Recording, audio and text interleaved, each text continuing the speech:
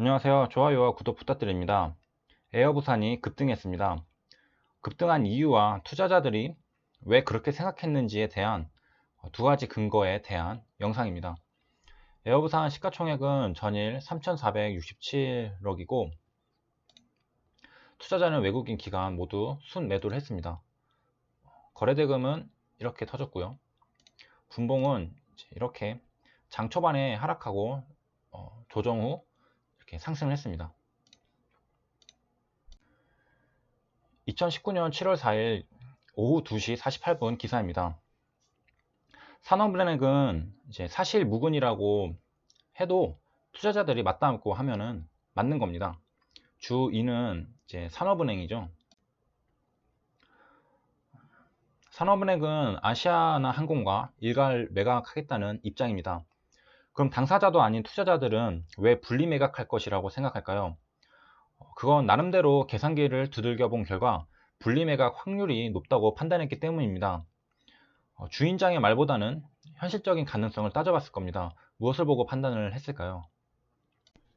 2019년 7월 4일 역시 당일 아까보다 조금 일찍 나온 12시 24분 기사입니다. 그 근거 첫 번째입니다. 예정대로 이번 달 말 매각 입찰 공고를 이제 산업은행이 내기로 했습니다. 그런데 입찰 시기를 연기하지 않았기 때문에 산업은행에 일괄 매각하겠다는 입장에도 투자자들이 분리 매각이구나 라고 생각을 한 겁니다. 입찰 시기를 연기하지도 않는데 인수 후보군이 없기에 어떻게든 매각하려면 에어부산을 매각하는 수밖에 없기 때문입니다.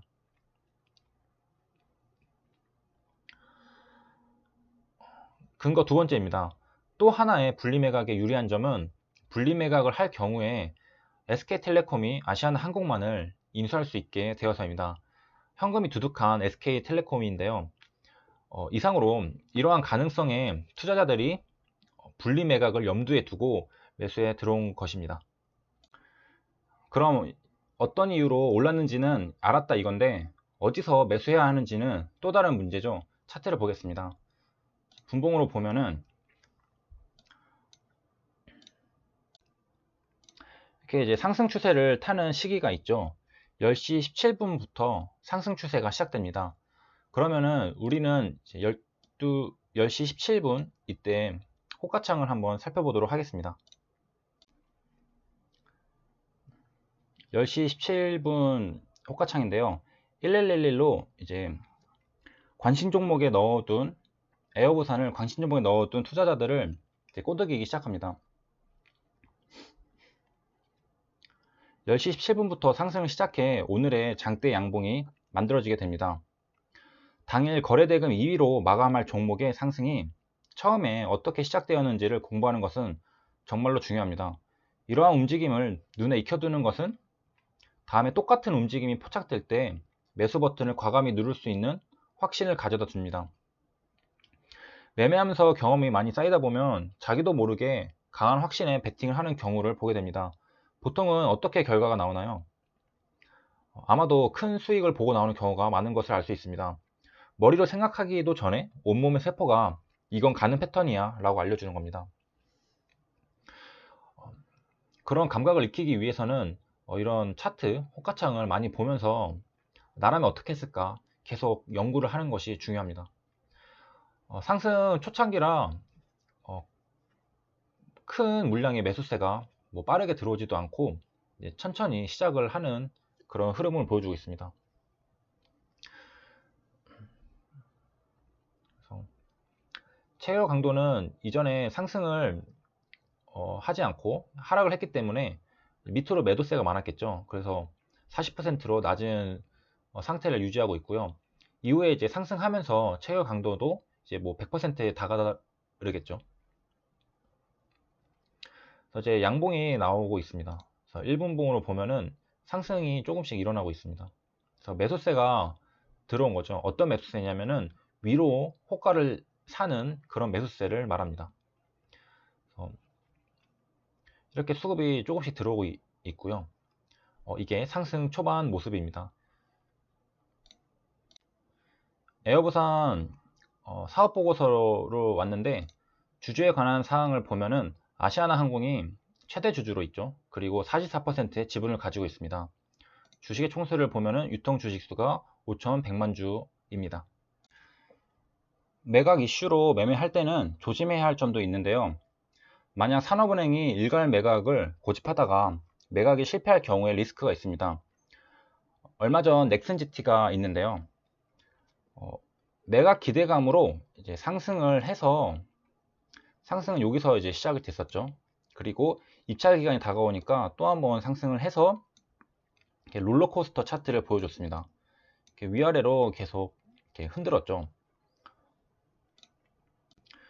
그렇게 시간이 가면서 그리고 연기가 돼가면서 매각할 기업이 나타나지 않자 사실상 넥슨 매각 백지화 기사와 함께 결국에는 이제 이렇게 폭락을 하게 됩니다.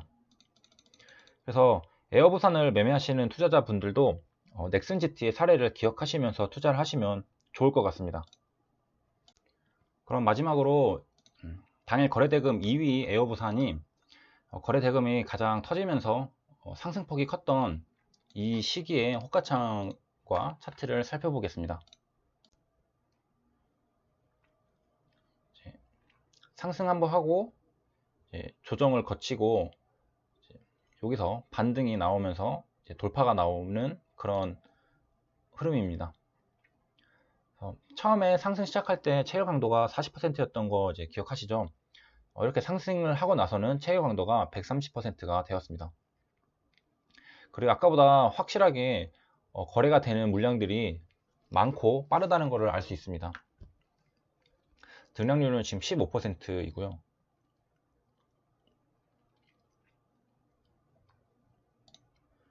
일본봉을 보면은 돌파가 일어났고, 그 다음에 매수 물량보다 매도 물량이 더 많습니다. 올라갈 때는.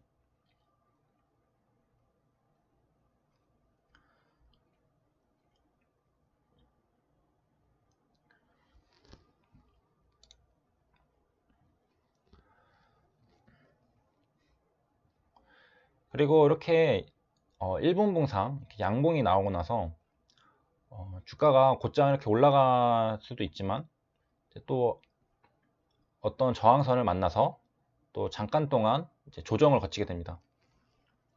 그래서 대부분의 이제 차트가 일직선으로 그냥 아름답게 올라가는 경우는 거의 없습니다.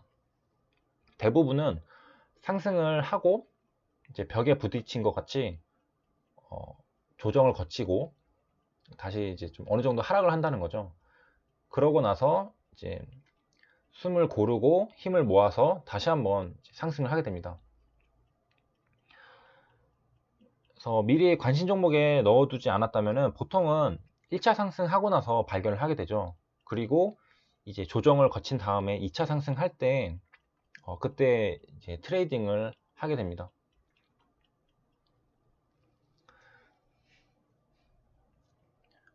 그리고 상승폭은 초반보다 뒤로 갈수록 더 가팔라지게 되고요.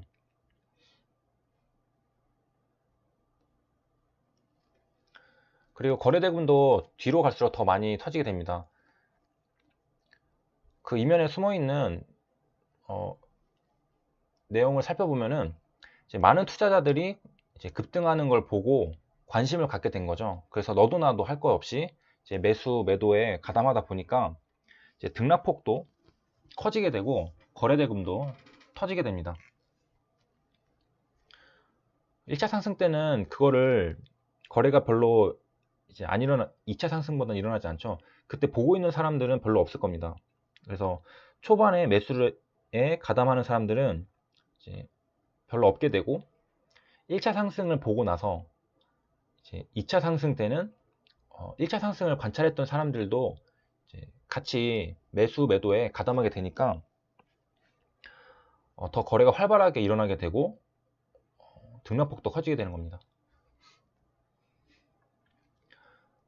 그래서 5분봉으로 보면은 이렇게 가는 건데 1분봉으로 보면은 상승하고 여기서 조정을 거치고 있는 모습을 볼 수 있습니다.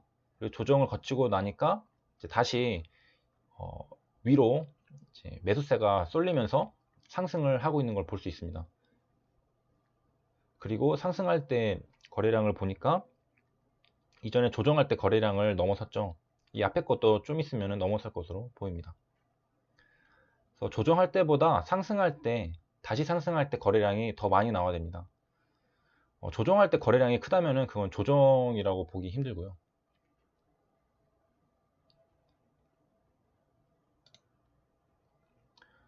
자, 여기까지 이제 거래가 활발히 진행되고 있는 에어부산을 살펴봤습니다. 이상으로 영상 마치겠습니다. 감사합니다.